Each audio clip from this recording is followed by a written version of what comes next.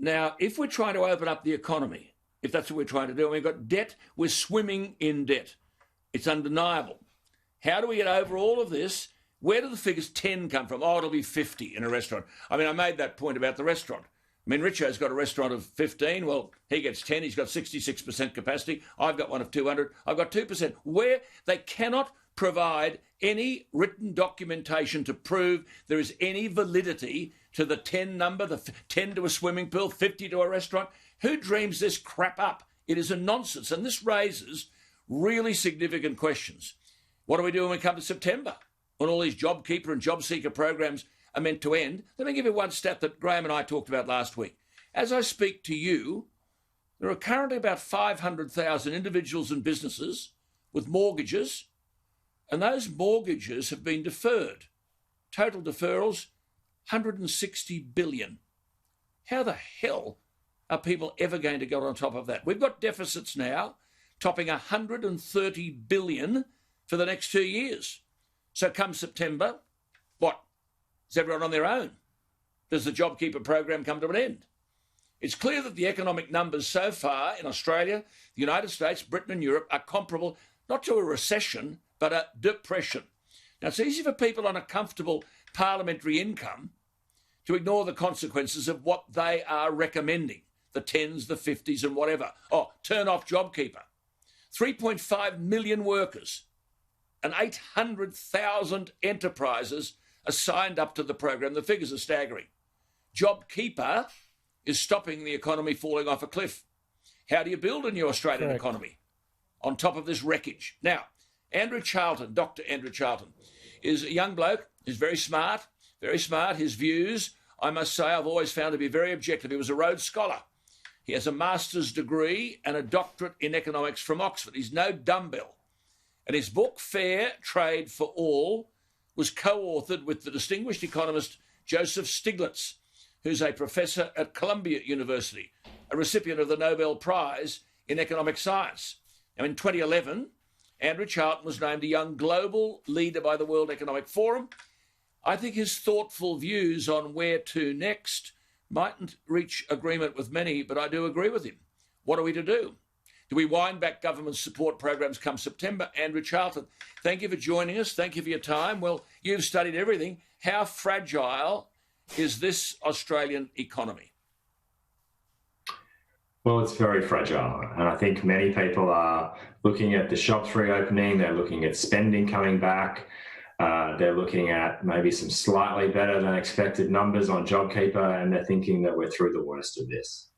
But actually, to the extent right now that we have some positive numbers coming through, you have to remember that those positive numbers are propped up by some of the largest government stimulus we have ever seen in Australia.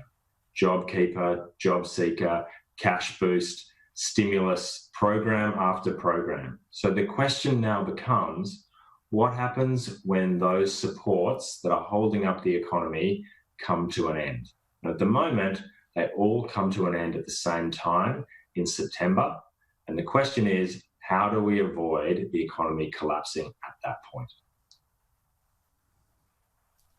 Well, I'm assuming that the only way that happens is the economy picks up enough speed, gets enough momentum of its own over the period where all these subsidies apply to be able to continue growth on its own. Is that not what's going to happen? Are you doubtful about that? Well, let's break down what will be required in order for that to happen. In order for us to come to September, JobKeeper to lift, JobSeeker to lift, and all the businesses to go back to employing all those people, you'd need the economy to be performing as well in September as it was pre this crisis when all those same number of people were employed. Except for the following. The economy won't be going as well as it was pre-crisis. Firstly, some sectors of the economy will not reopen in September. Think about anything that is linked to international travel, international tourism, international education, to name just two. Secondly, we're going to have the ongoing impact of what Treasury has already told us will be persistent unemployment, dragging on consumer confidence right through that period. Third, after every recession, we get a big increase in the savings rate as people become much more cautious and wanting to put away a little bit more money and spend a little bit more less because they've just had an economic shock. And that caution suppresses economic activity as well. So the idea that when we get to September, suddenly everything will be fine again and be back as it was before the crisis seems unlikely. So Andrew, everyone watching you tonight, but rest assured, I believe, agrees with you. And yet we're going to have the Parliament, and there'll be people in that Parliament and people in the government who'll say, listen, September's the deadline, withdraw the government's support. Just answer this simple question, because I know you've got to gallop and I'm grateful for your time tonight, but what would happen if the withdrawal of this government support was premature?